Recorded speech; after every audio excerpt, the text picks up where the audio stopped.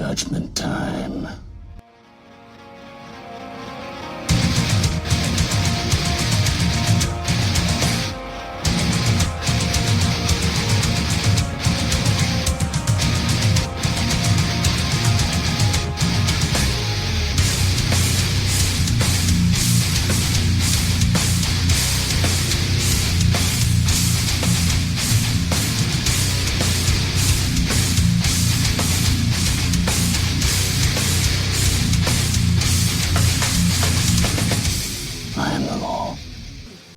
Welcome to Everything Comes Back to 2000AD, and today I'm joined by Mr. Stephen Ross. Mr. Rossy, what you want? Oh, the tree of ice cream cones, a cocoa castle full of home, custard cakes, coffee breaks, holiday, we're on the stage. Hello from very windy Southern California. We had small trees knocked down in the last couple of days. Mr. John Burtis.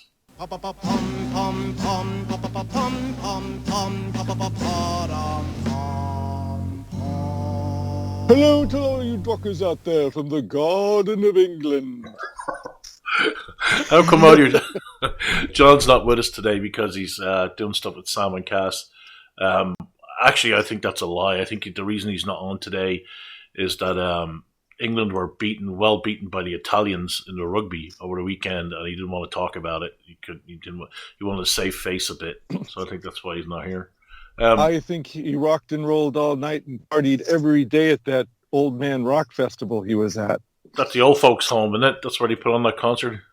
Yep, they had to have wheelchair accommodations for a lot of the people, so it was about half capacity, half the number of people that would normally be capacity, because they have to have like walkers and wheelchairs, crutches. But and the food served was Jello.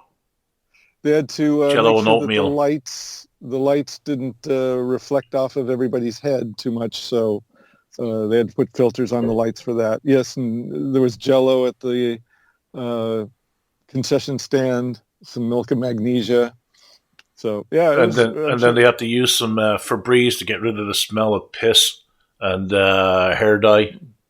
Right, and then also they had to turn the sound up to 11 because everybody's like, they bring out those big. What you say, Shirley? Those big horns. What? So yeah, I'm sure it was. I'm sure the slam dancing just meant you kind of like leaned over to the left a little bit. Well, it's kind of hard to dance. It's kind of hard to dance around all those wheelchairs and Zimmer frames. Well, their bones are brittle now, so you can't exactly, really get a good slam in. He's going to be listening to this when he's driving to work on, you motherfuckers. Oh, yeah. He deserved it. He could have been here. Could have been here to defend himself. But we miss him. Without John, it's definitely a diminished. Just me and you. We're going to be talking about. Well, I mean, we kid because we love, and also we know full well that it's going to take very little for us to get off on a tangent where we're talking about old man shit. So, how come, did you have a storm or something that your trees went down? Yeah. Well, it wasn't a rainstorm. It was just a windstorm. I could hear the windows rattling downstairs. Like they sounded like they were ready to break. We get this periodically, but usually it's more like in the fall. That windstorm we had just before the fires broke out.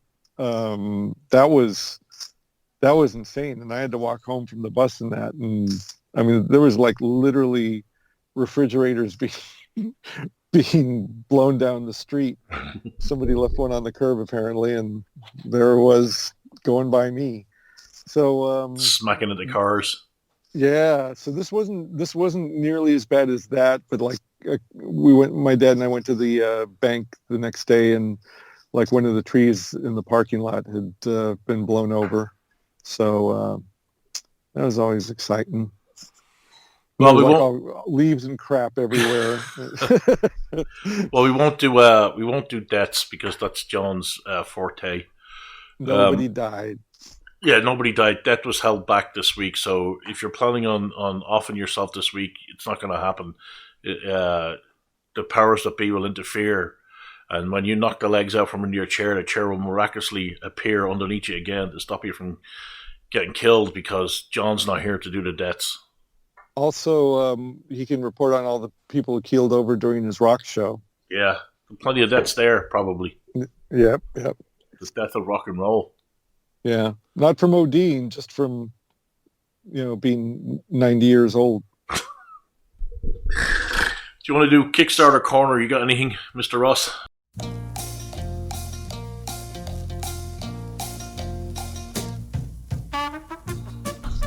Yes, I do. I don't have anything personally that's arrived yet from Kickstarter, but Ben Dunn.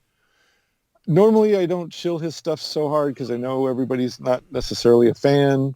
The Amera manga thing is kind of a specialty market, but he does have a thing called Spy Buddies out, and it is a swinging 60s,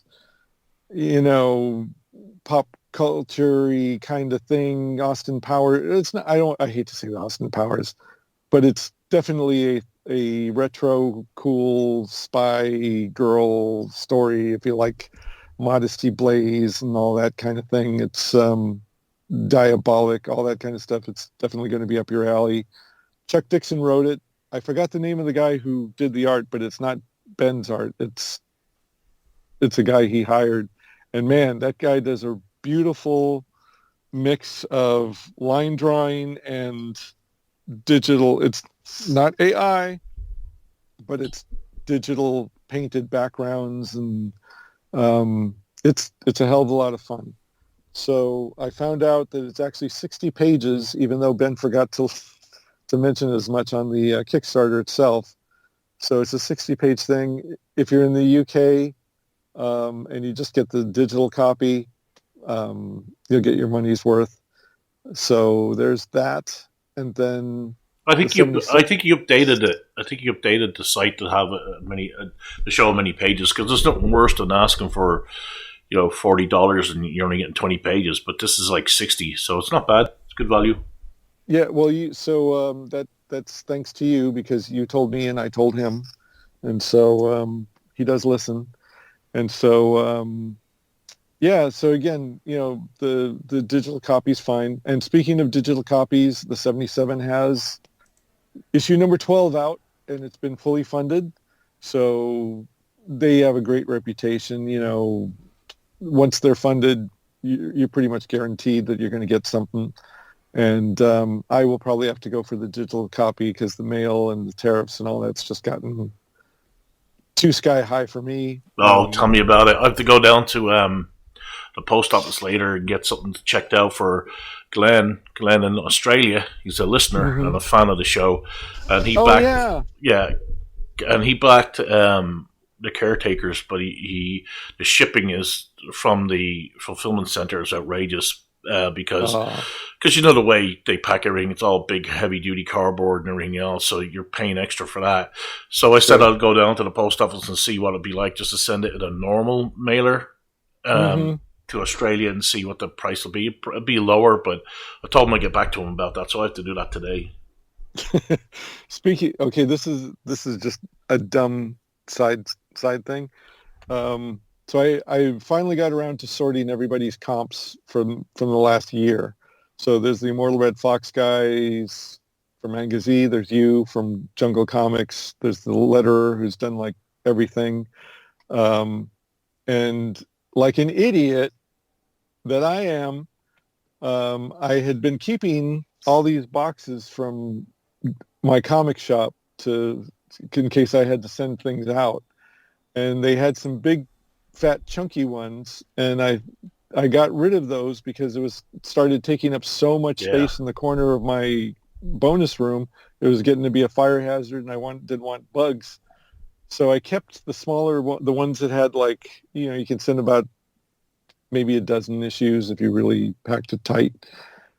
So I kept those, and because I was able to put them in a plastic tub and seal it up and keep the bugs out. So I sorted everybody's stuff, and your pile is so high that I'm going to need two of the thin ones to set it. I'll have to like wrap them together and send them that way. So I'll be paying a little extra in postage for the weight of the mailers themselves, I guess, but it'll be worth it.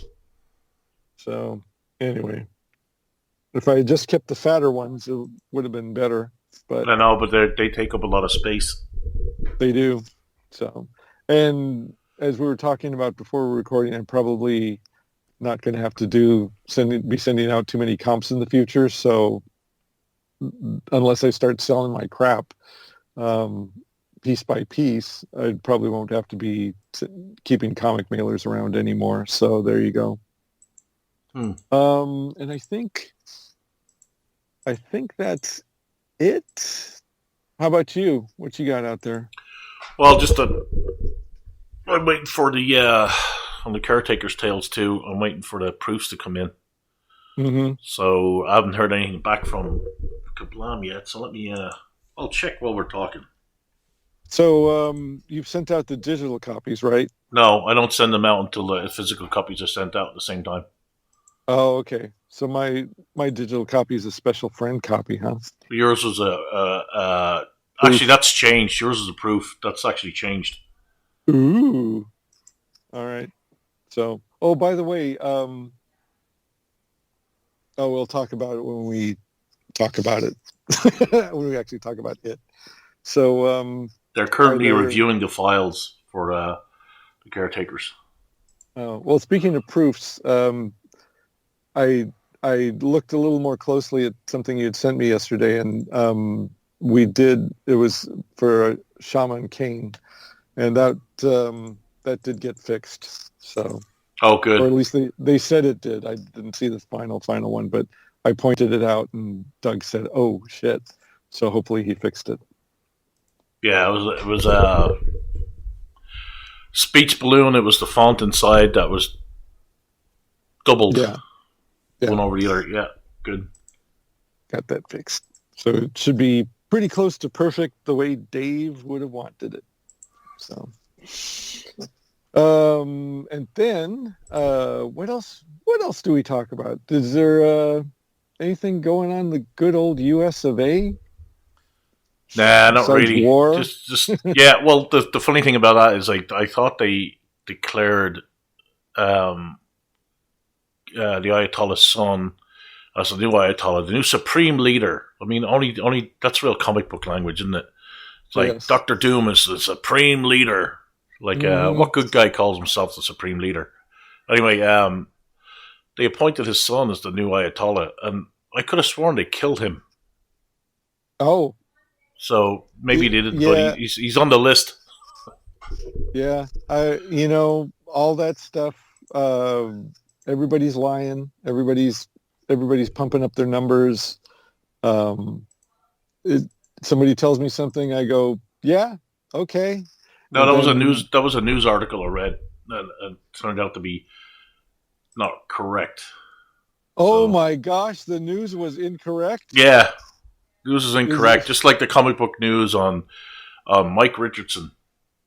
Oh, there you go. Yeah, so speaking of the news, we'll talk about some geek stuff then, since you don't have... How's your... You did have one other Kickstarter thing out there, right? Just the Eduardo Risso book I'm still expecting. It's March now, so it should be here pretty soon. Right. I mean, the book company that did it is pretty good, but I mean, I don't think I'll trust them again, because they went and gave their stuff to retailers first instead of giving it to the people that pledged. And so, you mean like Alex DeCampi? Yeah, I have a huge problem with that when they do that. So so we'll see how that goes. Mm-hmm. So that's interesting. There was some. You know what we're talking. So Simon Belmont had his catching up in spring Zoom chat, and he's a huge Dan Dare fan. So guess where I'm going to go with this.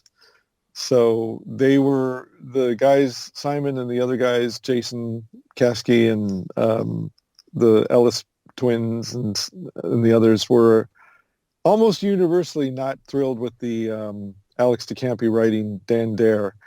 And in one of the issues of the magazine, which you and I no longer read, there was an interview with the creative team behind that new Dan Dare thing that's coming out. Mm. And it sounds like she may not have been a huge fan before, but somehow Palpatine returned. Somehow she got the job, and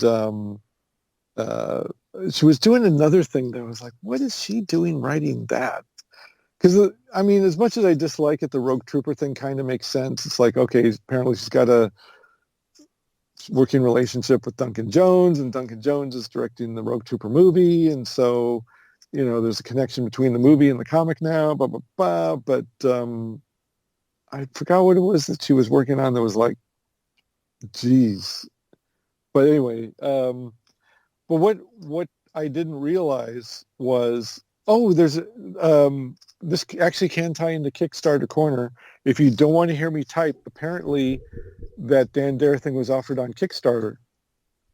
It was? Did you know the article in the magazine said it was offered in February. Oh wow, never heard of that. Yeah, it was not shown to me either. Do you want to check it out I'll check it out while you're talking. Yeah. So anyway, they're not exactly thrilled with it. They don't like the way the characters look. One of the guys was saying that no, it's on there now. Oh yeah, how's it doing? They want $26,000 as the goal. It's halfway there with 44 days to go. When did people start doing these like 2-month campaigns? Yeah, I mean, everybody, even I've never run a Kickstarter, but even I know that you're going to make your money like the first few days and the last few days. So dragging it out that much longer is kind of pointless, isn't it? Yeah, and they've only got a few pages of it done as well.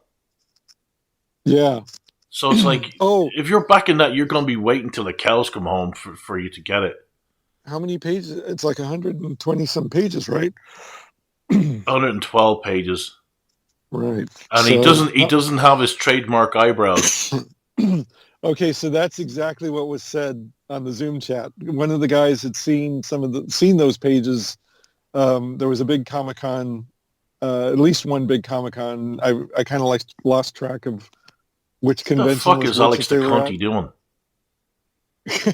Well, I mean, that's on the artist, but that's what one of the guys was saying. He's a Dan Dare fan too. We kind of said, like, we're the last of the Dan Dare fans. We're the last generation. Alex DeCampi has loved Dan Dare for years. Really?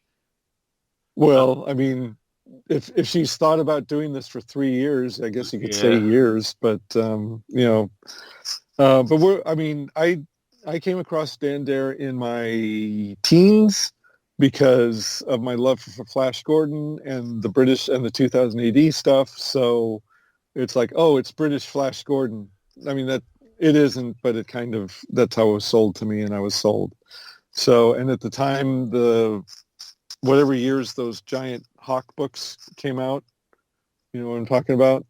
Yeah, those big hardcovers. She does. Alex DeConti does say that there's a ton of references to the classic stories. So even if you know nothing about Dan Dare, you should still enjoy it. And if you do know a bit about Dan Dare, there's enough in there for the fans. Okay. So, I mean, I haven't been delighted with anything she's written yet, but, and I'm not going to, I put enough quarters in the slot machine to say it's time to walk away, if that makes sense. I just can't keep taking these chances. I don't know who did the Kickstarter, but some of their information is wrong and misleading. It said one of Britain's great comic heroes, right up there with Roy the Rovers. Number one, U.S. audiences don't know who the fuck Roy the Rovers is, so I wouldn't have put that in there. But right. Blasting off in 1950 and running weekly until 1967, that's correct. I think it actually went a little bit longer, but they're reprints. Then returning from 77 to 1994. No, he returned from 77 to 79 or something. And then there was a huge break till 83 when it was relaunched in Eagle. And the Eagle relaunch wasn't the original down there. It was the great-great-grandson. Mm-hmm. When did they lapse back to the original in the Eagle? Late around, I think around 89, 90. Probably 1990. Okay.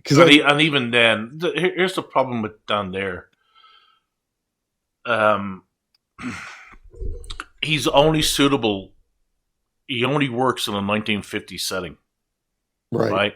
This alternate UK future where Britain is the space leader, like the leader to the stars. He only works in that setting. He doesn't work in any other setting.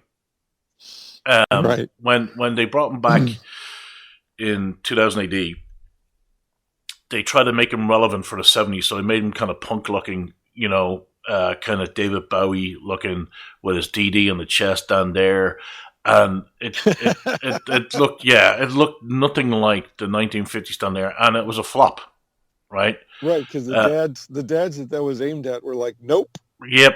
So it was a flop, and so they tried to revamp him again, and this time they revamped him as a World War II flight. Like the bomber jacket type, a Dirty Dozen in space with the Eagle Space Fort, and it was a lot of fun for readers back then. But it flopped because it's not down there. It's not, and they try to explain why he looked completely different than the 1950s. If they just called it Space Chap, it would have been fine. Yeah, Dirty Harry in space. They did like a convoluted excuse why his face looks completely different in the 1950s. He was caught in an explosion, which I think Digby got killed, but he got his face all mangled, and so they had to do like the face change thing on him. So that's why he looks different. Just like Luke Skywalker. Yeah, just to try and make it match the 1950s there, and then that didn't work. And then they gave him they turned him into a superhero with the Cosmic Claw. Right. Which the story never ended, and that didn't make any sense either. Right. So when they brought him back in the 80s, I think Pat Mills and John Wagner did their best to capture the feel and look of the 1950s there, but it wasn't down there. It was his great-great-grandson. So eventually they got rid of the great-great-grandson, and they brought back the original there. And the original Dare that they brought back, the problem with it was written by Tom Tully. And Tom Tully is a hack. I think the only writer you can actually compare to Tom Tully today is probably Gordon Rennie. Because Gordon Rennie is this generation's Tom Tully. But he's a slightly better writer than Tom Tully.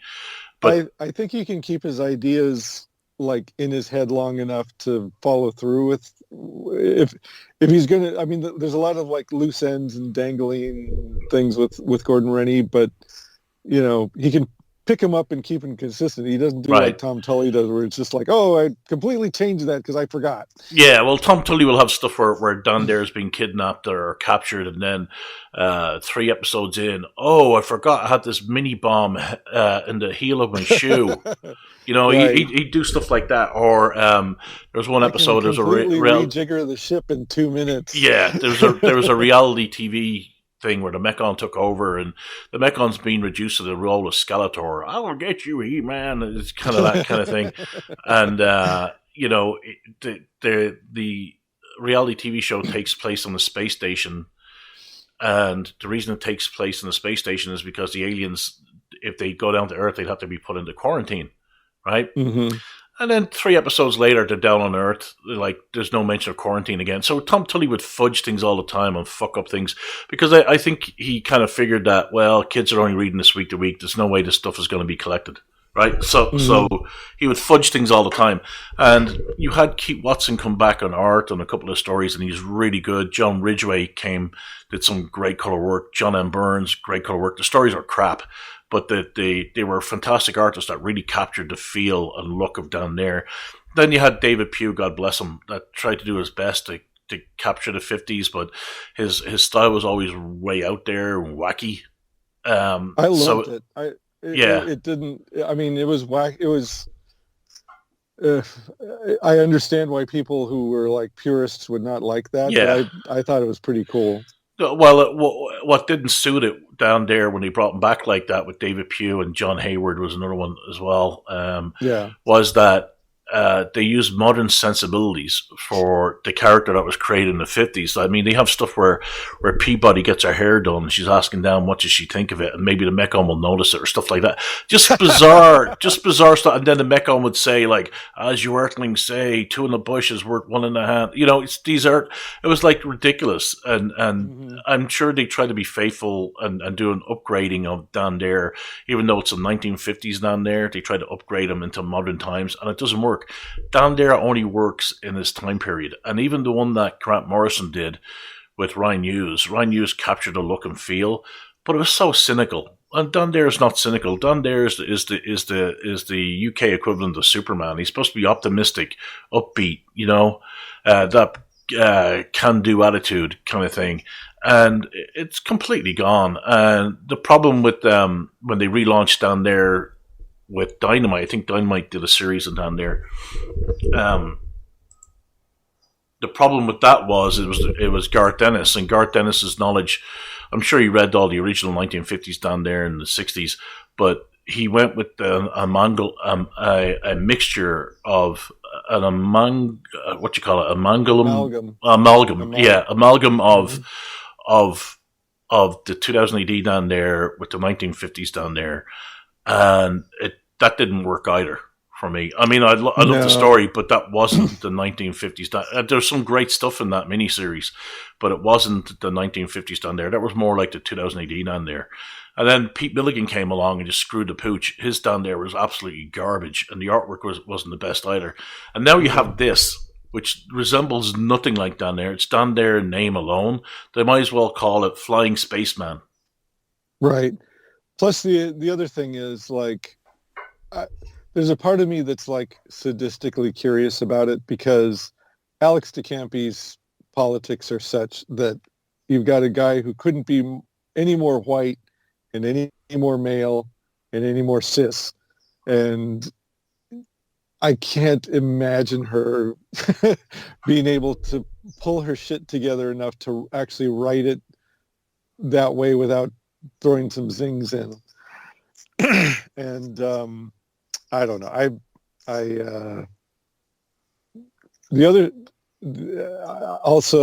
mean, she did like that Rogue Trooper story she did.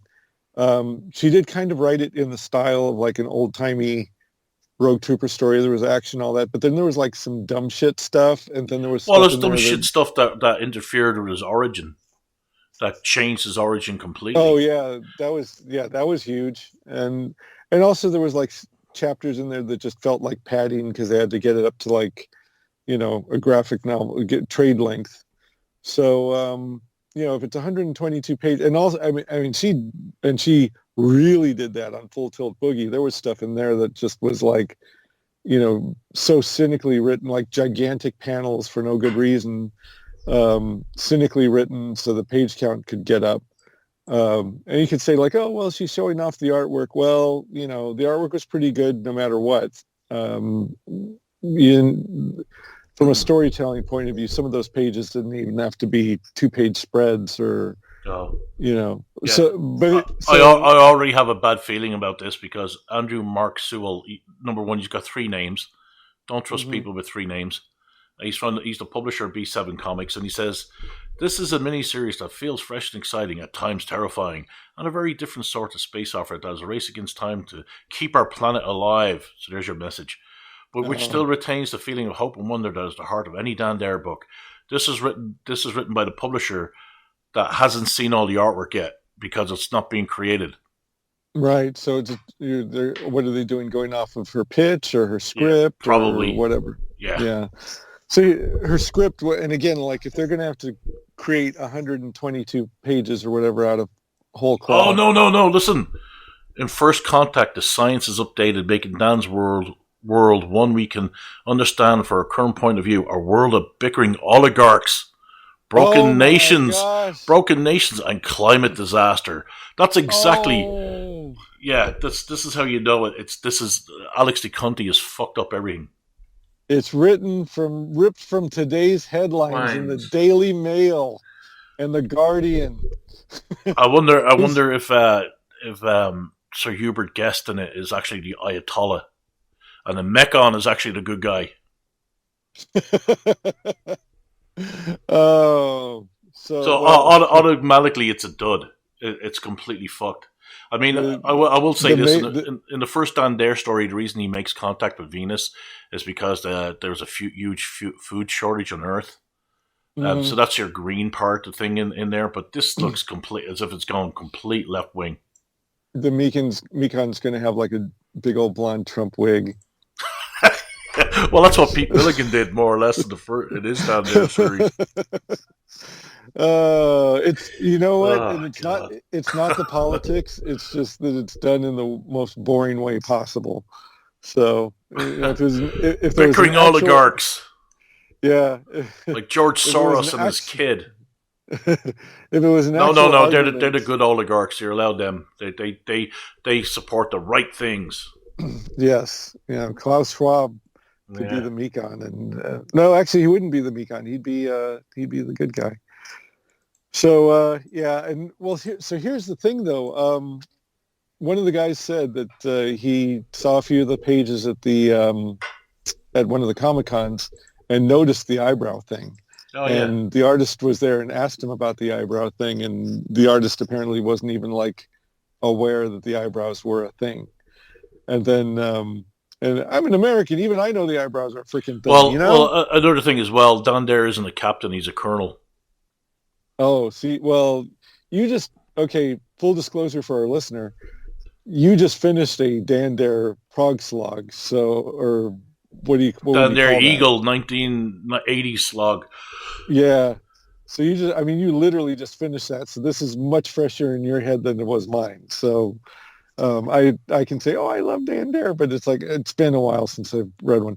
But here's the thing. So the company that's putting them out, they did some audio. You remember how like, what was Big Finish did those Dread audio discs, audio CDs, audio Oh yeah, dramas? yeah. And they weren't like proper audio. They weren't based on any stories. They were like new, and they were written for the format where like audio would fade in and fade out, and sound effects and dialogue all kind of like worked together. So it wasn't just like somebody reading you a story with actors reciting the dialogue. It was um, played out more like a radio play. And so they did these Dan Dare ones like that. That company did.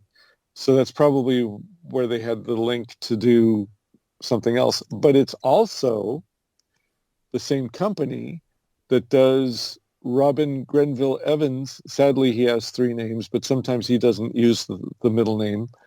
Robin Grenville Evans' Venice Planet, which you and I both liked. And he's been redoing the artwork in color. He's been completely redoing the artwork and then doing it in color in a much bigger format for that company. And he's got volumes 1 and 2 out, and volume 3 is coming out soon. And they did audio CDs of Venice Planet with Carolyn Monroe playing the villainess. So Well, everything comes back back. to us. Yeah. Well, I tell you what. The artist is a good artist. He's really good, but it's not Dan Dare, dude. Yeah, I know. That's the thing. It's not down It's, there. Even the vehicles and everything else, that's not Space Fleet. and again, like, who's the audience for this? Because kids are really not And going to here's the care about disappointing this. thing: John Freeman is the managing editor. He should know fucking different. I He mean, should know. He should know better.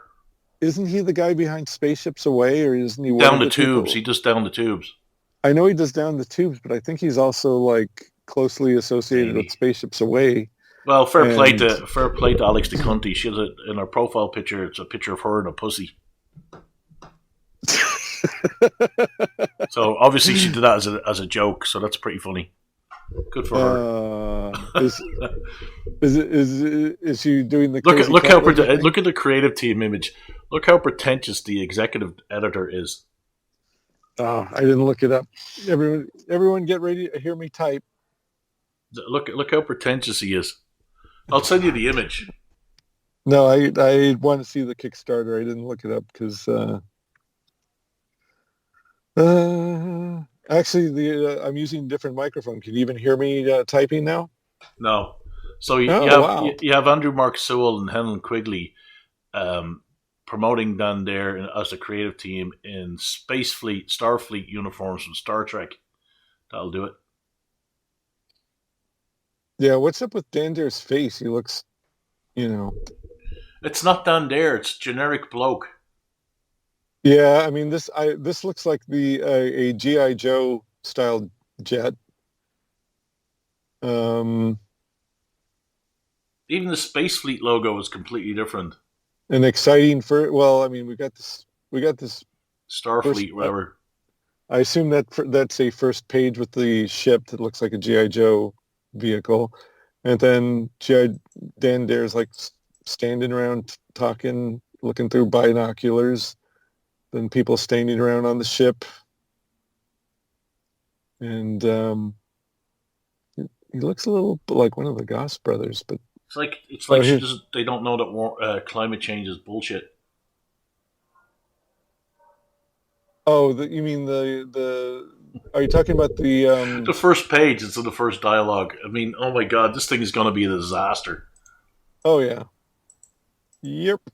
The So you're talking about the picture where they're dressed up like it's a cartoon of them dressed up like Next Generation crew Yeah, members, or why would you yeah. do that? Oh yeah, and there's Alex DeCampi with her pussy. And then So there's the pretentious executive editor. I'm wearing a hat, staring at you. Look into my eyes. Look into my eyes. oh, I would love for Uncle Pat to write for this guy, and then they could have Uncle Pat in his hat, and this guy, Stare off. yeah, staring off with hats. At least Pat has the reputation. I mean, John Freeman. I thought when I looked at John Freeman's picture, I thought it was Mickey O'Carroll. They all look the same. All Oh, these white, bald, middle-aged men, elderly men. yeah, middle age is getting to be generous, and I'm saying that as one of them. So, but yeah, it's if you look at any panel shot picture from one of the British Comic Cons, it's like, is that the same guy? Is that the same guy in four They're chairs? all clones of Mickey O'Carroll walking around. So, You know what? well, I after poking fun and having a lot of fun on this, I do wish them well. It's not. I hope they get what they're looking for. It's not Dan Dare for me. It's a hard no for me, and I don't think, like I said, Dan Dare works in any other scenario except the 1950s. mhm. So I hope you guys get funded and you have a lot of fun with it, but it's not for me. Oh, see, you can get the Audio Adventures script for £100. Just read The That's Voyage to Venus. You don't need the script. that's that's one of the add-ons. So, well, you know, Flint, I'm just going to throw this out there. The digital copies, £10, $14. Yeah, you'll be waiting Um, 2 years for it. uh, well, it's never going to make its way over here. I mean, hard copies are never going to make their way over here if it's a Kickstarter. Like as was, I had to special order all the Dan Dare books I have were offered through previews way back in the day, and so that's how I got mine.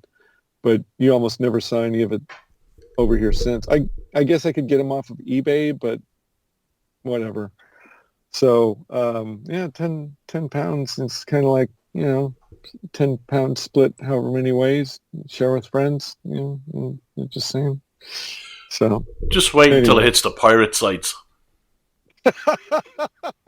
I'm trying to dance around it. And there I we don't. are. I don't think. I don't think anybody will. Jesus. I think when somebody. I think when somebody reads it, they're going, "That's not even good enough to be pirated." You know what? She's got enough of a reputation that people will look at it. People who don't know Dan Dare might look at it because they're curious. They might put it up there so people can hate read it. As a matter of fact, because she's got her reputation goes both ways, if you know what I mean. So, Well, they're nearly at the halfway point to get funded, so good for them. Another 44 days to go. yeah. I mean, I'm like you.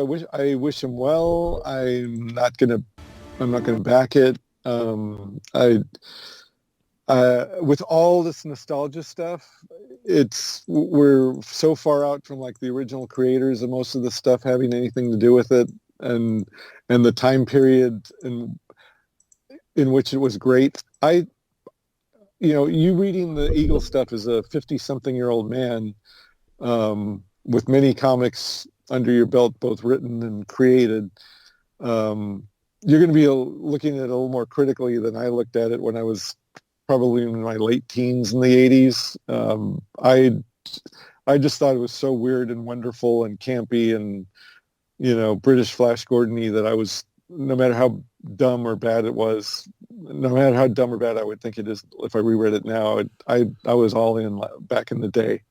So I did notice that somebody that commented on their Kickstarter page was Ashley. Oh, really? Now, was he?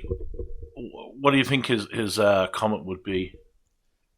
I can hardly wait to see this exciting, fresh new take on a classic character. Yeah, more or less. Excellent news. Many thanks for the clarification. Looking forward immensely to the finished book. Kind regards, big smiley face. Yeah, you'll have to speak over the clapping of the coconuts there, my friend. So that's an in joke. But so I mean, again, you and I and the guys who are on the Zoom, we are the last generation that cares anything about Dan Dare. We read the Eagle stuff at the perfect time for us to read the Eagle stuff. We had access to the classic material at the perfect time when we would appreciate the classic material.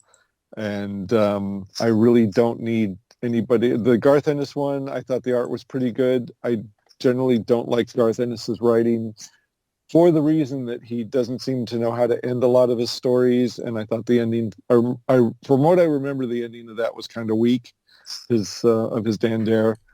That was kind of like the beginning of the end of me really caring if anybody was going to come in and do more. I agree with you. Like, the perfect time for Dan Dare was in the 50s, and anybody if you're going to do a Dan Dare book today, that's where you set them and you give them the classic look. You keep the classic look. You don't update anything. Right.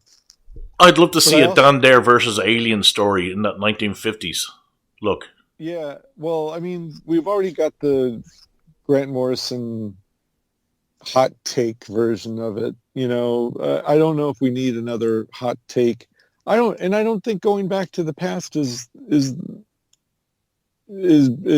serves any purpose now anyway. Because like when people would go back to the past, the past being like 80s, 90s, 2000s, a lot of the old stuff wasn't really available at that time, especially like in the 80s.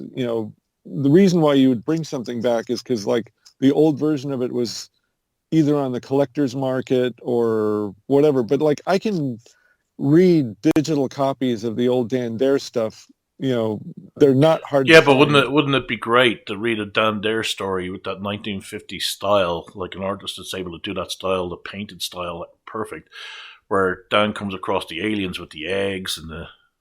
Oh, God, I'm sick of that mashup shit. Oh, I think it'd be brilliant. I think it'd be fantastic. I'm so tired of that mashup shit. First of all, I'd kill off Digby. I'll have the facehugger get on Digby first off. Yeah, it's like a character from 75 years ago going up against characters from 30, 40 years ago. It's like, yes, your head's so far up your ass in the past that nobody's...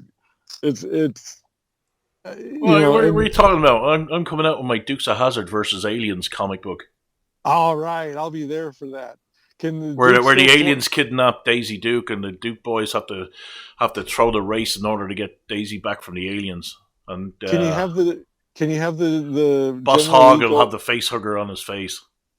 Hey, I have an idea.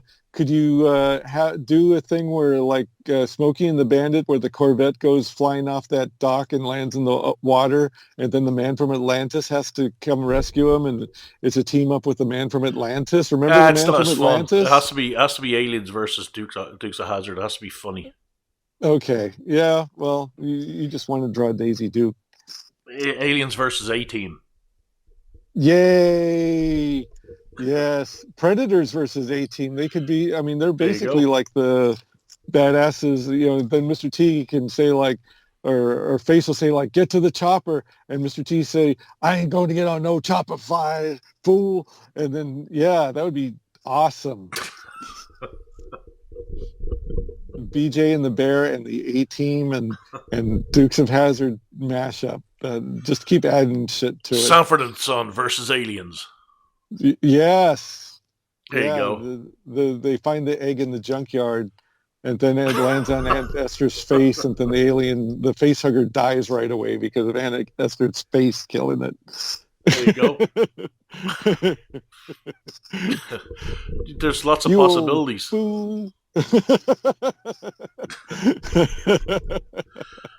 Different Strokes versus Predator. Yes, there you and go. Webster. They could have that Different Strokes Webster Alf crossover that you've always. Yeah, Alf. There you go. Alien life form, Alf. Yeah, Alf could be the alien that comes out of the egg. He just pops out and goes, huh. Oh, good grief. Yeah. So that is Steve shitting on the comic book industry yet again. Steve shitting on the comic industry again. So have you seen any Kickstarter quarter? Have you seen any movies, TV shows?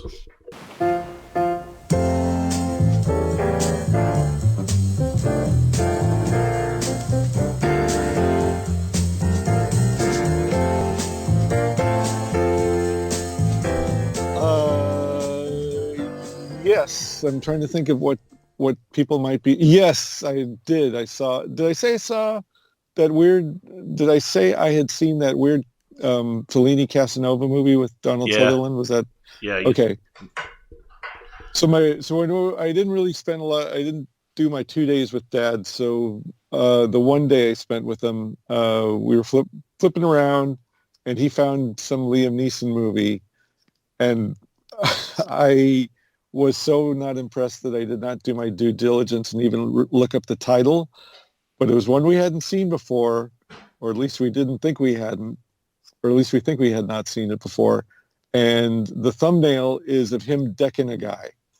And so I'm just going to call this Liam Neeson number 27, decking a guy, because it's basically his 27th remake of Taken. There's 27th variation on the Taken theme, where he works for the government and he has a particular set of skills, and he's got this adorable 5-year-old granddaughter. But he's a particular set of skills. Well, but this was like nice Liam Neeson for the most part. So he was like, I just wanted to take care of my granddaughter, and so he's paranoid and is able to like be in a room and know how many exits there are, and there's like a window in the restroom if you have to like get out that way, blah blah blah. And he's imparting that to the little girl, and the little girl's mother, his daughter, is getting pissed at him because he's making her paranoid too. And so he wants to spend time with her. And does he go to the county fair and win an elephant? Take the elephant. Take the fucking elephant. Give me the goddamn elephant. Julie. That's such a great movie. It is. So now that is a great Liam Neeson movie. Yeah. So to be honest, The Phantom Menace was a better Liam Neeson movie than this thing was. So anyway, you know where this is going. There's guys and they come after him. In between looking at my phone and going to the bathroom and falling asleep a couple of times, Liam Neeson does in fact deck a few people and shoot some people. And the skills that were imparted to the young girl do come into play after they were carefully set up in the scenes where she's like too cute for words. And then the daughter learns that maybe knowing some self-defense is a good thing if you work for the government and have made enemies. Oh yeah, there was one more there was one more thing. Like there was an agent. The main plot with him was there was an agent who had seen some shit and wanted to get out, and Liam Neeson was told that like he could quit, or at least have more time to spend with his granddaughter if he just went after this one more guy. So that's what. And so there were car chases where if the people hadn't leapt out of the way, Liam Neeson That's like you and AP, killed them. Rossy. What? You can quit as long as you get this one project done, and then they keep giving you more projects. Well, I mean, if part of it's they like my work, and part of it the price is right. So but yeah. So it's if it's your life's work. Part of it was based on the back of what John had said about the latest Jason Statham movie that came up, and I was like, oh, if even John said this one's a stinker, that it must really be a stinker. So we passed on that, and the next thing up was this Liam Neeson thing, and it was like, yeah. And the thing was, really, he's too old for that now. He was too fucking old 5 Liam Neeson movies ago. Yeah. They all are. They all are really getting to be like, come on now. They're becoming like parodies of themselves. It's like when it's like the horror movie, right? When Friday the 13th, when Mike Myers first appeared, right? No, Halloween was Mike Myers, and then all of a sudden, 3 or 4 movies down the timeline, it becomes a joke, right? And it's the same with Jason from Friday. Well, Jason's Friday the 13th started off as a joke, but it becomes ridiculous where you end up with Jason X or Jason in space, right? Same with Leprechaun. Leprechaun started off as kind of scary, funny kind of thing, and then it became a big joke. Chucky the same. They all become jokes in the end, and it's the same with even the Terrifier. His first couple of movies are pretty damn disturbing, and then it becomes a parody of himself, and so you're going to see that with all these action guys, where they're becoming so old, where they just become walking parodies. Yeah, well, with the horror stuff, usually was the third movie where they decided to inject humor into it. Right. I think Dream Warriors was the third. Whatever episode of Nightmare the Dream Warriors was, that was when they really started to go goofy, kind of zany, goofy. And Friday the 13th, like you said, it started off as a joke, and it really didn't. You didn't really see Hockey Mask Jason until the third one, and then whichever one it was that had one of the Coreys and he was in 2 of them, I think. Yeah, Corey Haim. Whichever the was it Feldman or Haim? I think it was Feldman. Feldman. Feldman. It was Feldman. You're right. So whichever one had Corey Feldman in it, that was when they lost the plot and kind of meandered around. And when you have a title like Jason Takes Manhattan, they're not taking it seriously. And then how about this? How about this? Dukes of Hazzard versus Aliens versus Jason. There you go. At that point, all the conglomerates will have consolidated into one big mush pile, and there'll be like one uni studio, and all the rights for everything will be in it. So you could just, you could have Ash versus the Dukes of Hazzard. Well, there was supposed to be an Ash versus Jason versus Freddy movie.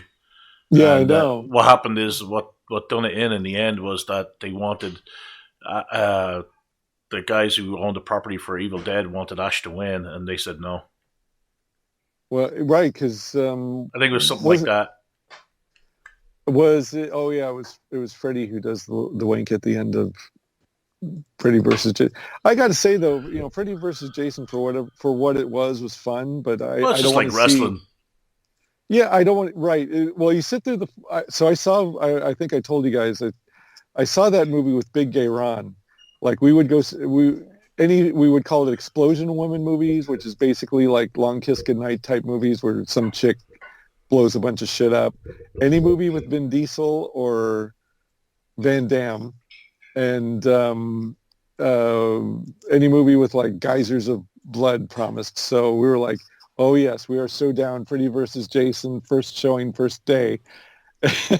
And this loud rock music starts playing, and the opening credits are like clawed in blood in the across the screen, and we were just like Beavis and Butt. We were literally going like, yes, yes. I bought that movie.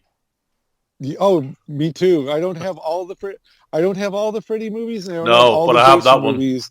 I fucking will have that one because it was when you get to when you sit through and there was, I don't remember the other movies, the older movies well enough. Like, I don't know about where you are, but like they'll have these horror conventions out here where it's like the Women of Evil Dead or the Women from Nightmare on. I don't remember any of those actresses. I don't remember the characters' names. I've seen them all. I've seen them all at least twice, but I don't remember. So I don't remember who all they brought back from the older movies to be in Freddy versus Jason.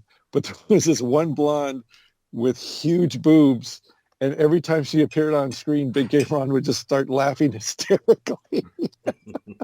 and then you sit there the rest of the movie, and it's like, okay, fine, it's pretty much a regular horror movie until you get to the scene where they're having this rave in the cornfield, and then they start playing this music, and Jason comes out of the cornfield with his machete and just hacks the shit out of everybody in slow motion. And then we were in Beavis and Butthead mode again. And then we sat through the rest of the movie. You know, it's okay. It's a Freddy movie. It's a Jason movie. And then that fight at the end, it was like a Looney Tunes cartoon. They might have as well just been dropping anvils on each other because it was just so. And I think the people behind it knew that that's what this was. And so that was very satisfying. And I see no reason to muddy the waters with more of them. Because how can you beat that, you know? So, yeah, great movie. And that's a review of a movie I haven't even seen in years. But so we saw that, and then I saw a kung fu movie called Buddha's Palm, and it was made by the Shaw Brothers in '82. And I don't know if this was a thing where you were, but in the early 80s, I think a Chinese company called Jade Man tried to break into the U.S. market. And they were what they call wuxia, or they were like martial arts comics with Buddhist and Taoist magical overtones. And I forgot who the American was that they hired to, because some of the translations weren't very good for some of the previous ones, so they brought in an American guy and he was a pretty well-known writer at the time. I forgot who he was, but he went through the translations and streamlined them and corrected them and made them sound like actual spoken English. And I think they were given back to Chinese letterers who still weren't able to follow his script very well because they were incomprehensible. And the thing was, the artwork was pretty good. They had like these really, really detailed line drawings, and then they would mix them in with these beautiful like watercolor paintings, and it was all part of the story. Like you'd read like fight line drawing, and then this one beautiful image of the hero doing a finishing move, and they looked great, but they were impossible to read. Was it Torrance Smith? Didn't Torrance Smith do a lot of the translations back then? Didn't he do Dirty Pair and stuff like that? Well, Torrance Smith. So Dirty. Okay. So actually, the Dirty Pair was created as a prose light novel and then adapted as an anime series. There was never actually a Japanese manga from which to translate. Oh, there you go. So the stories that were done for Dark Horse back in the day were written by Torrance Smith as original stories and drawn by American artists. Was it Adam Warren? Or Adam Warren, right? So yeah, so those were the equivalent of what Ben does, Amerimanga stuff. So good as they were, they've kind of fallen through the hole because it's not actual real manga. But Dark Horse also published, more power to them. They translated and published those Japanese light novels in English, and I've got one. So and I got a digital copy of the other one, so I guess I have both. But yeah, those light novels are crazy. Where was I? Oh, Jade Man. So the Jade Man comics were incomprehensible. partially because somewhere in the lettering process, I believe the Chinese letters did not do character for character, word for word transcriptions, because you had to do it by hand back then. It wasn't, you Right. just type it out and cut and paste it. And then also, I think it was a cultural thing, because you had characters named like Five Palm Buddha Fist and death moves called three snake cobra venom thrust. Right. And I had a hard time telling the characters' names from their martial arts moves, and sometimes they would go into exile and change their names and then come back and be a different character and with a different name. And so this movie is 90 minutes long. You can watch it for $3 on YouTube. It is worth every penny. Or you could go on, I believe it's on Internet Archive. It's technically it's not public domain, but nobody's doing anything with it. And I don't think anybody's losing any money. I guess YouTube would lose some money if you did it that way. But holy shit, it is just 90 minutes of characters fighting, goofy shit. There's a dragon dog that's clearly two actors in a costume with wings and kind of like that Chinese dragon dance.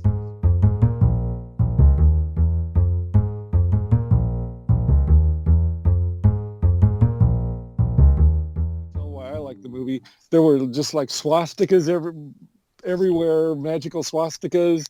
There was one part where it's like a flat Buddha emerges from the Buddhist statue.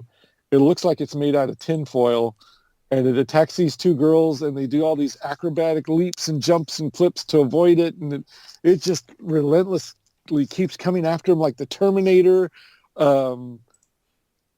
There's comedy relief that's actually kind of funny. It is just, and it has the stupidest ass ending. It just like ends. So don't expect it to add up to anything. And the main villain has this martial arts move where he like sticks his foot out and then it extends like Reed Richards, just. Oh my God. But it's done with 1982 practical effects.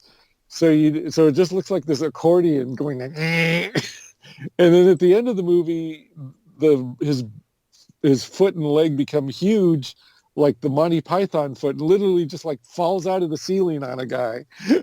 Oh my goodness. It is so bonkers.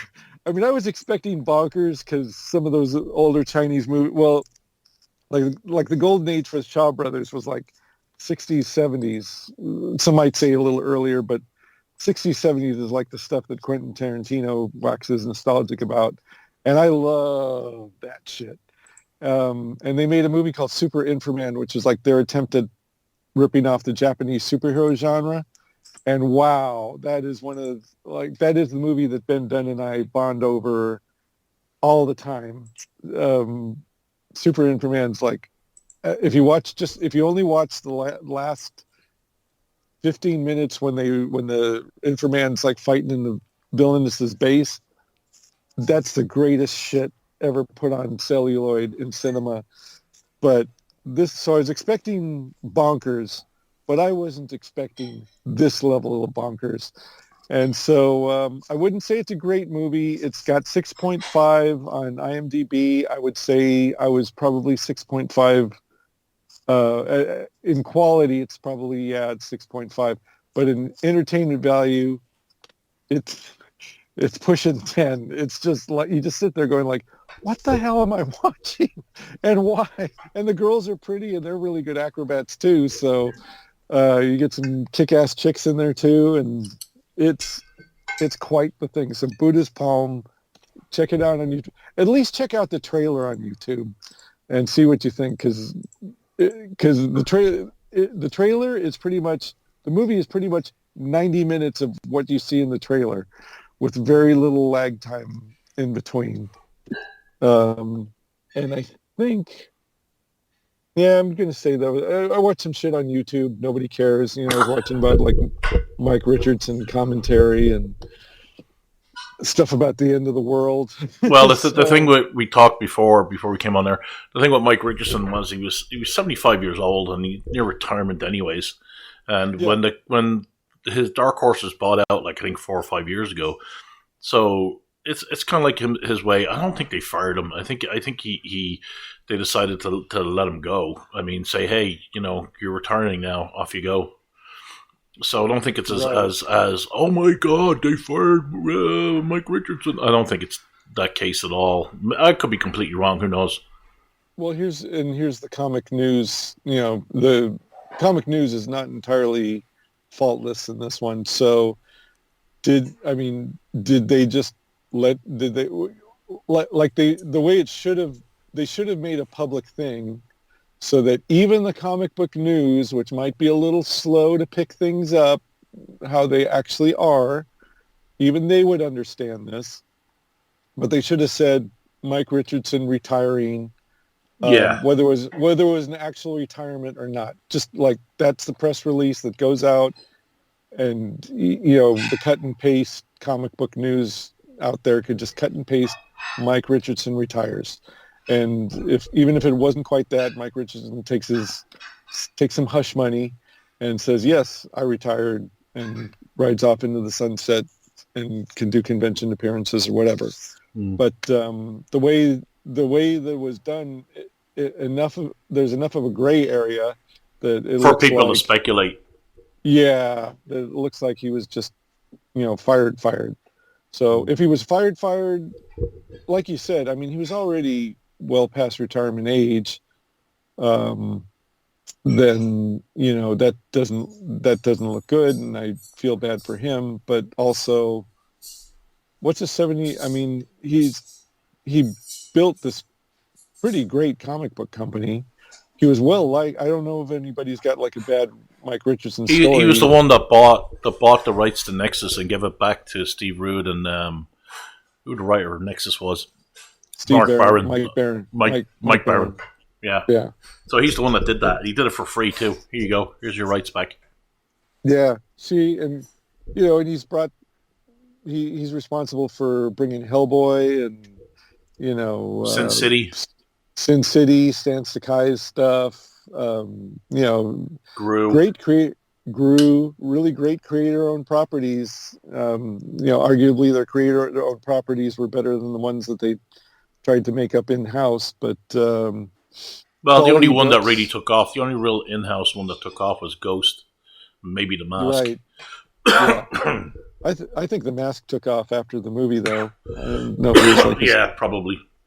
they probably saw more potential in the idea than the Ghost took actual off because of comics. Adam Hughes. Right, right.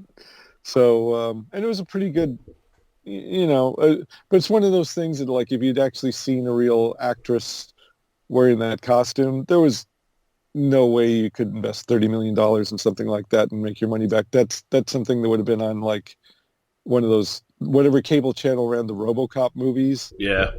That would have been like something they would do, but which also meant the special effects wouldn't have been that great, and the costume probably wouldn't have been that convincing, and the cinematography wouldn't have been top notch. It'd be like typical cable fare. So, but going back to Mike, um, I wish him well. I hope that they actually did treat him with respect and let him go, as gently as possible, or you know, maybe it was part of his choice. But it's another one of those deals where it's like some IP, some big conglomeration buying up a company that has IPs and then farming out the IPs somewhere else. So, whatever. Micronauts is, and hey, no bell to ring. Micronauts is tied up in a similar thing because Hasbro eventually ended up with the rights, and Hasbro's been kind of an IP eater too, and they quickly discovered that a very small group of gentlemen my age are the only audience for it unless they do a complete revamp, and then like with Dan Dare, it becomes not the Micronauts again. So I don't see any point in doing anything with it unless you go to Marvel and say, like, we want the rights to all the characters from the comic the way they appeared in the comic. We want the Marvel version of it. But again, they took a lot of liberties with the toys when they made the comic, because it wasn't like G.I. Joe where there was, Marvel and the toy company worked together to create that IP. It was just Bill Mantlo saw his kid playing with the toys. He made a bunch of shit up, and some of the characters in the comic kind of sort of had the same names and look as some of the toys. So anyway, so this was about Mike Richardson. Well, the movie that I saw was Nobody 2. Yeah. Which was a lot of fun. Just brain dead, shoot 'em up fun. Sure. I won't spoil it, but he goes on vacation with his family. I can't even remember his name in the movie.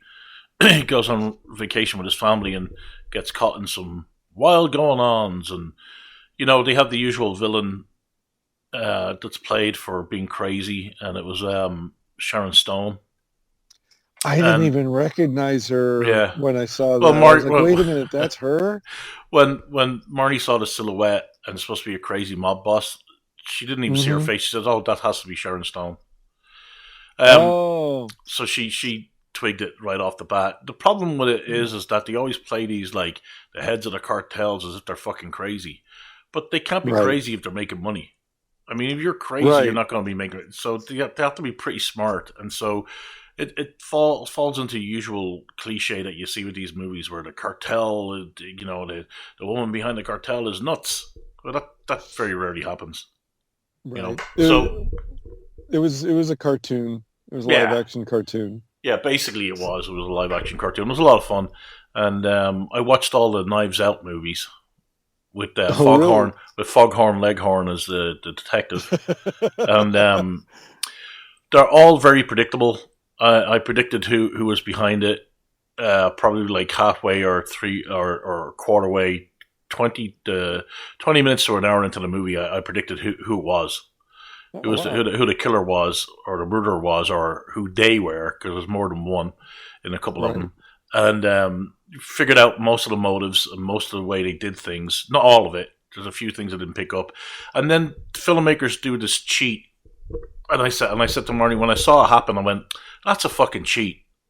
That shouldn't be in. That's a cheat." That James Brolin plays a priest in the third movie, and one of the characters mentions, "Oh, he's high on his spirit," like this. He's talking to this girl, and he's all smiles and everything else.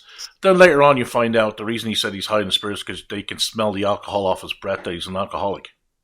Right, and it's like there's no way the audience would know that unless it was set up in the early half of the movie where, you see him drinking some stuff or a flask on the side of his bed, or, you know what I mean? There was no setup for it. And I know he speaks with like old-timey, he uses old-timey phrases, but that's kind of old-timey for the audience to pick up on. Yeah, but they didn't do anything like that. They didn't notify the audience, "Oh, this guy's an alcoholic." You find out after the fact. Yeah, and that turns out to be a major thing in solving the case. And you're like, you motherfuckers, that's cheating. That's not. That's like, that's Tom Tully writing. So were you able to figure out which movie they reveal he's gay? Yeah. Oh, the second movie is the one. It's the one where Hugh Grant answers the door because Hugh Grant is his partner. Oh, and then the last movie is like full on left wing, hate religion, hate right wing. I mean, it's just full on lunatic fringe. It's not the fringe so much. So it was full far left lunacy in the third movie. But apart from that, they were enjoyable but predictable, and that's it. So today we were going to do a review or talk about Shaman Kane.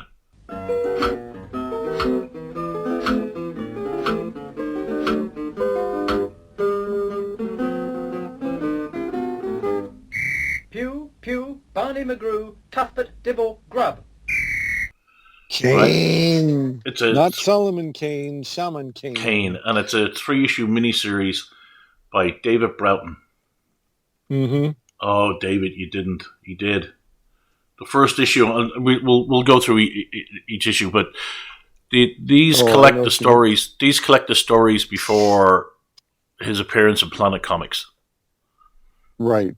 So, also, Rich Johnston of whatchamacallit, was it CBR? Bleeding Cool. Bleeding Cool. Yeah, Rich Johnston Bleeding Cool gave Dave a shout out, and he went through this jumped through these hoops about how it was on the bottom of the list of most expected comics, and he thought maybe he could give it a boost and by giving a shout out, and I guess he did goose it up a few notches. So much thanks on behalf of Antarctic Press for that. And Dave's a good guy, so any help he can get, especially since it's from a fellow countryman. So it's good to see this getting some attention, and the run on his run on Planet Comics basically kept that series going, for another year at least, I think. So that was really nice to have him. It was good to have a really consistent character. So the mini series is stories that take place before the stories in Planet Comics, except for 2, because there are 2 reprints in issues 1 and 2.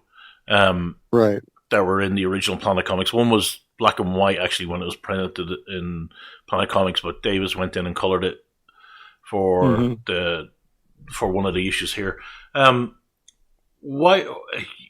Okay, issue 1 has. I love Dave's coloring, but issue 1 is a great shot of was it Shaman Jane and Shaman Kane on the cover.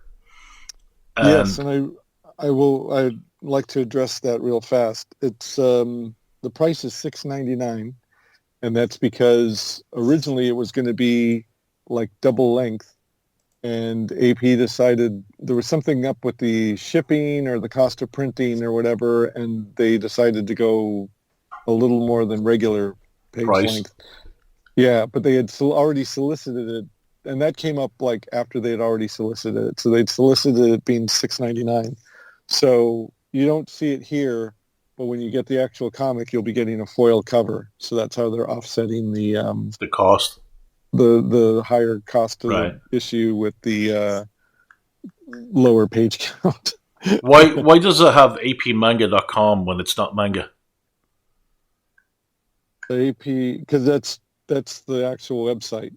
Oh, that's AP's actual website? Yeah, I think if you type in AP website, it gets you to the Shopify site. All right, that's weird. And David, you used 3 names. Don't ever do that.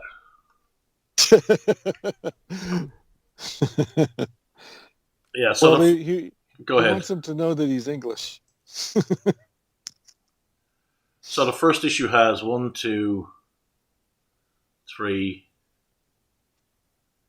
It looks like there's 3 stories in it, and they're all prequels. It shows how Shaman Kane came across his little ghost buddy, and how he got his avatar later. Is that in the same issue, or issue 1, or is that later? Issue 2? Issue 1. It's the same issue. So Sable is his ghost buddy, and Annie is the VR pilot. Right. So the very first story is, especially if you don't know anything about the series, it's kind of, spoiler. The first story, you think that the ghost that's lurking in the background is the one that he's trying to hunt, but it's actually his buddy Sable, who he totally knows and works with. And then the real enemy shows up, and then he has to fight that. Yeah. And then there's a bit of backstory as well. How Sable became a ghost. The whole vampire thing was really good. And then you have a bit of history with the 2 of them, and they had the plague wars going on. So there's a lot in this. If you just read the issues in Planet Comics, I don't think it fills it in as much as this does. Background. Yeah, it's all the lore and how everybody met, and um, I mean, I like it because it's very indie comic looking. The colors he uses are great. I mean, he uses just like multiple spot colors, like purples, greens, yellows, oranges, with different tones. I mean, it's just the coloring itself is amazing. Yeah, I don't know how old these stories are, but Dave's working on issue 16. Oh So my god, I know, right? he's a drawing fool. Geez. So even assuming that he's able to put these out quarterly, and I don't think he's always able to quite do that. So what do you think? You're probably pushing like 10 years now? Yeah, and the thing with David Broughton is he writes, draws, letters, colors. He does everything himself, and then he's doing these 2008 fan pieces as well on the side. Yeah. I mean, good grief, man! You're putting us Yeah. all to shame. Yeah. So he's and then I think only Andrew Sawyers promotes himself harder and more than Dave does. Dave comes out with these all these. He does his own house ads for the AP stuff. So And he's promoting it itself across all the social networks. Yep, you can't swing a dead cat without hitting a AP promotional thing. So AP is extremely lucky to have him because he includes. It's not just all about him. He includes the company logo and tries to tell you where to find it in the catalog and da da da da. So yeah, he's a machine, and we've talked about it. He's like, well, where do you think I could go to what comic book podcasts are there or whatever? And I'm like, I don't know of any that do indie comics that would be worth your time. I mean, most of them get 25 views or less than 100 views, and so is that going to really move the needle for you? And but I think Ben and I should probably have them. I know the time difference would probably make it rough, but I also know Dave will frickin' set the alarm clock for whatever time he has to get up to do it. So yeah. The second issue we're introduced to the Shaman Kane's better half, Shaman Jane. And I tell you what, before we get to that, on page 10 of issue 2, that splash page of the Cthulhu type creature coming through the void. Oh yeah, that's an incredible color job on there. Just an incredible splash.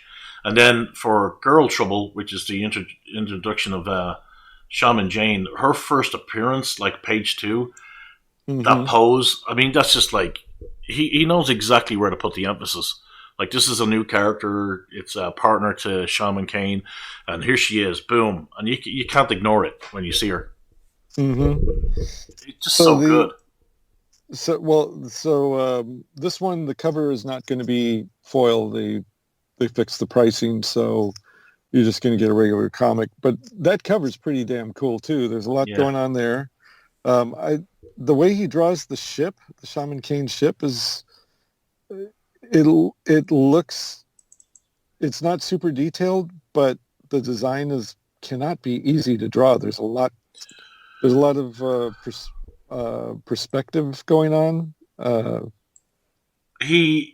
said it to him before. He reminds me of Carlos Esquerra. Yes, because Carlos would draw these incredibly difficult-looking uniforms and machines and make it look so easy. And Dave does it too, and I hate him for it. He's too good. Well, the Shaman Kane outfit, most Americans aren't going to catch this, but I always thought it looked like Strontium Dog, and part of it's the color scheme, but it's definitely its own thing. I mean, you kind of get he's a bounty hunter. He kind of looks like Strontium Dog, but it's long since become its own thing. But these are kind of like the earlier stories where it's still its own thing, but it's a little closer to Strontium Dog than what the series kind of became. And Well, the twist on it, he hunts supernatural things. Right. And then there's this 2-page spread in the second issue where, what do they call it? Cubular Con, Yeah. which is clever. And then the 2-page spread is amazing.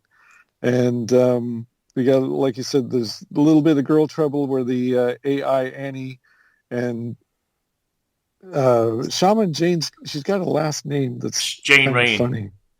Yeah. So the Annie and Jane are kind of like, well, Annie's like jealous.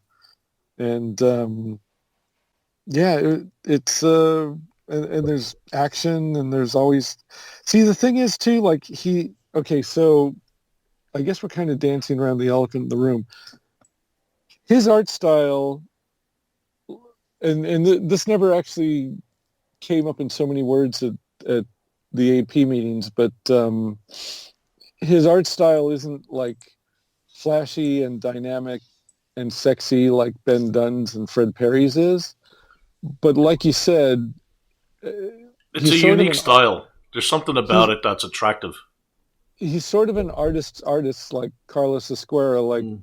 Like maybe as a kid you wouldn't appreciate it for being slick and action packed and busy and fussy and full of detail. But then as an older person, which, let's face it, most of the people listening and reading it will probably be, you really appreciate all he did. And there's a lot of lore in these stories, which he does without having the characters.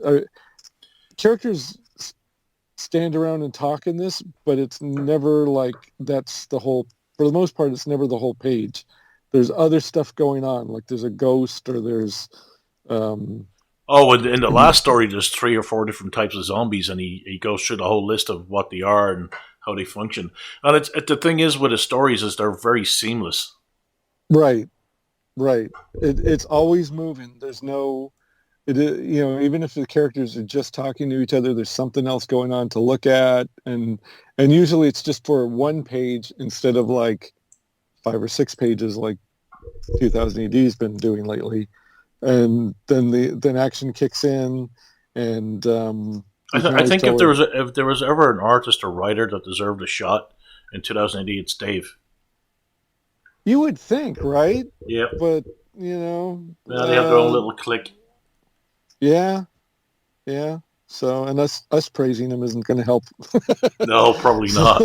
It's like, oh, that was. What did they say again? We're never going to put him in there. So, but yeah, the going back to issue number 2, the first story, Ice Station Z-Bar, is kind of like a nice little mystery story, and it's like The Thing. Yeah, well, it isn't Dave's storytelling. It's there's so much in it that I read it twice, and it was much better the second time going around, because there's a little mystery and there's a lot going on. Yeah, and this is homage to John Carpenter, where you have McCready in there. So I've got a friend, one of the guys from our former weekly Denny's meetup. He's also like Mr. Bad Movies, and except he likes some of the more of the older ones. And one of his favorite bad movies is called Zoltan, Hound of Dracula. Yeah. Yeah, I loved that movie as a kid. Also Dracula's dog. So Zoltan makes it's Space Zoltan makes a cameo in this one. So I thought that was a nice little callback. And if Dave's listening, it's like, we got it. Your target audience understands you, man. So anyway, yeah. So I mean, I'm really pleased that if I take any credit at all, I told Dave, like, dude, we kind of need some filler stuff to fill pages in Planet Comics. You're ready to go. You want to do it, so he did it, and then that's the only credit I can claim, because he submitted it. Well, you're the one who got him to go to AP, so I put the bug in his ear, but yeah. he picked up the baton and totally ran with it. And he ran for, I forgot how many issues that ended up being, but it was like a good 7 long or run. 8 or 9. Yeah, which sometimes it was bi-monthly, sometimes it was quarterly. So it was, and he had the material, and it was all good, and But they were even lucky to have him. if you look at that story as well, the Zebra one, the one page Mm-hmm. where it has the city and the city's in grey, all the zombies are in white, and you have lots of purple and green on the page. I mean, that's fantastic. Yeah, and the way this one came about was after AP had to pretty much unilaterally cancel all of the any book that wasn't made by one of the guys like Fred Perry or Ben or pretty much the people I see on the Zoom chat, David Hutchinson, Joe White, those Right. guys. Well, the usual AP guys. Yeah, the actual employees of the company. Um, Anything that was not by them, they had to cancel because they didn't know what was going to happen because of the diamond thing. And then as things kind of normalized, they were like, well, this isn't going to be enough books for us to keep going. And I said, well, Dave's still got material. And they were like, okay. And it was sort of like, do we bring Planet Comics back? And they were sort of like, let's see how it does without the Planet Comics. And I think it ended up doing a little better just on its own. So I I don't know if they're going to. I don't know what the actual numbers are, and I don't know if they're going to continue past number 3 because things are still really volatile and they don't know what's going on. Like Tell you what, I think nearly issue 1 is nearly gone, nearly sold out in Forbidden Planet, or pre-ordered. Oh, great! Yeah, great. And yeah, how much of those are? Well, we kind of did the math, and if I order them at a discount from pre-order discount from my comics shop and send them to Dave, that's actually cheaper than the AP discount.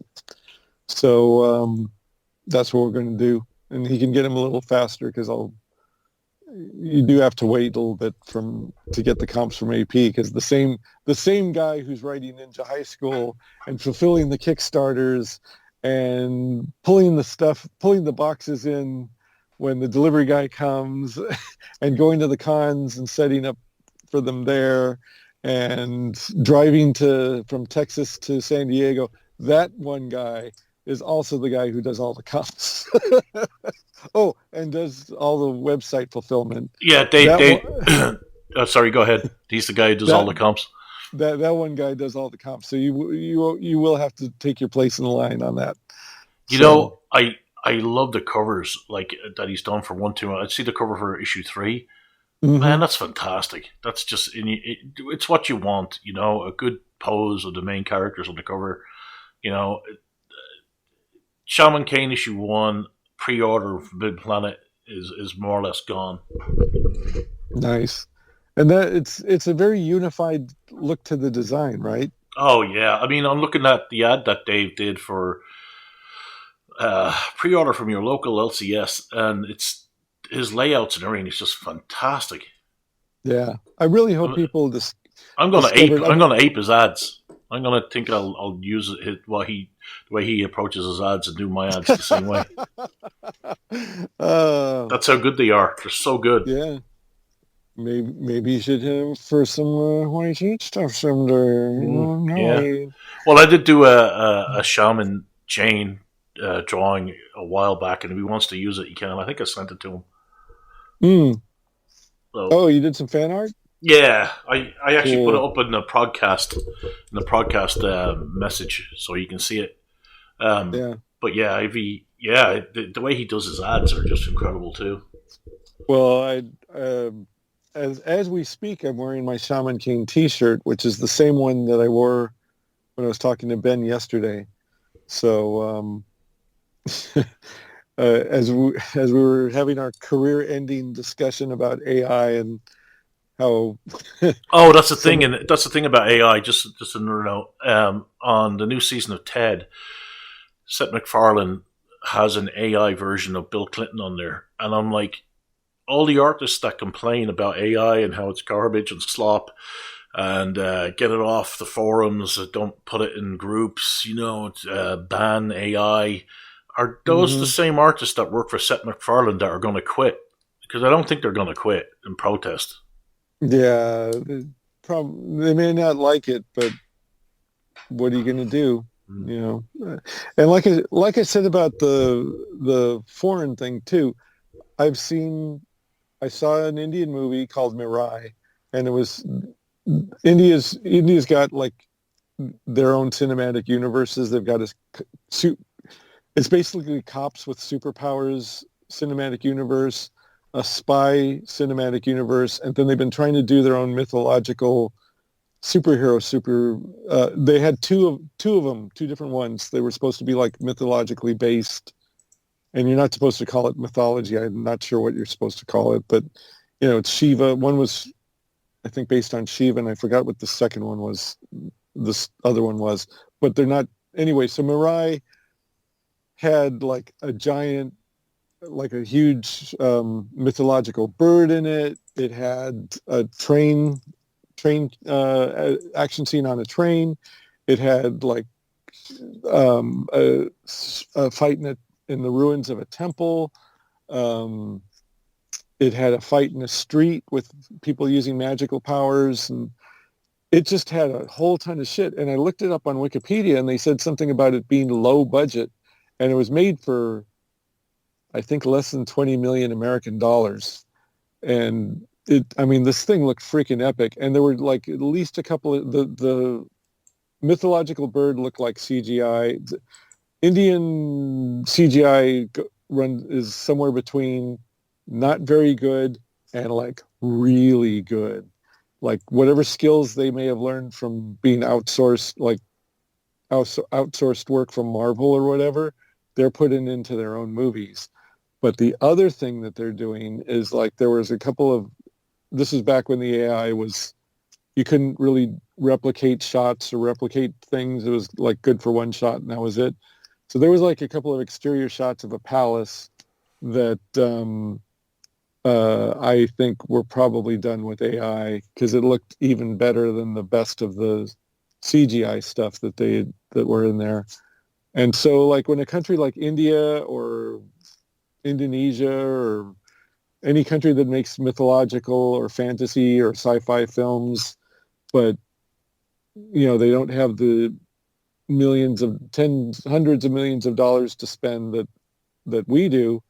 If they use AI for their exterior shots or some of the stuff, they're going to surpass us because also their stories and the storytelling, they haven't lost the knack that we have. They're not doing like shitty Marvel movies like we've been doing for 10 years and almost on purposely ruining franchise with bullshit storytelling. So if they've got the AI technology to make the stuff look good, and they still have the knack to tell a really cool story, and they've got stuntmen who don't give a fuck if they die, willing to do like crazy ass stunts, that we could be in pretty bad shape in 2-3 years. So, you know, as it is, Hollywood's not doing well. So. No, I think Hollywood's dead. It's on its last legs. Yeah. So, well, you know, you can, and I think a lot of the objection to it is, what if you did use AI to tell a story and you had the skills, but you just had been locked out because you aren't a Satanist or a pedophile?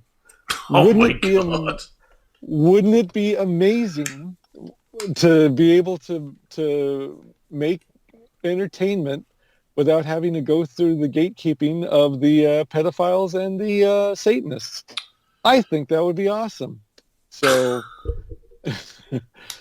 poor Dave. Dave Broughton's listening to this, and we're praising his comic books, and you have to put that stuff in the end. It was so good until the end. Well, Dave, you know, what's the timestamp? Have Dave say, when Dave promotes it, say like, turn it off just before the AI. Oh, good grief. Yeah. So, well, that's the other thing too. It's like, yeah, I'm wearing the Shaman Kane shirt talking about AI, and it's like, oh God. So, so where can you get Dave's books? Well, you said Forbidden Planet. over in the UK, probably, right? Yeah. Or wherever, wouldn't, I mean, isn't it fair to say like most of like our listener lives over in the UK, right? Yeah. So wherever you get comics in the UK, here you can get it at mycomicshop.com online. You can pre-order the third issue right now, I believe, and issue number 1 is hitting stores. I believe the date is the 18th, so in a week or two. Yeah, in about a week.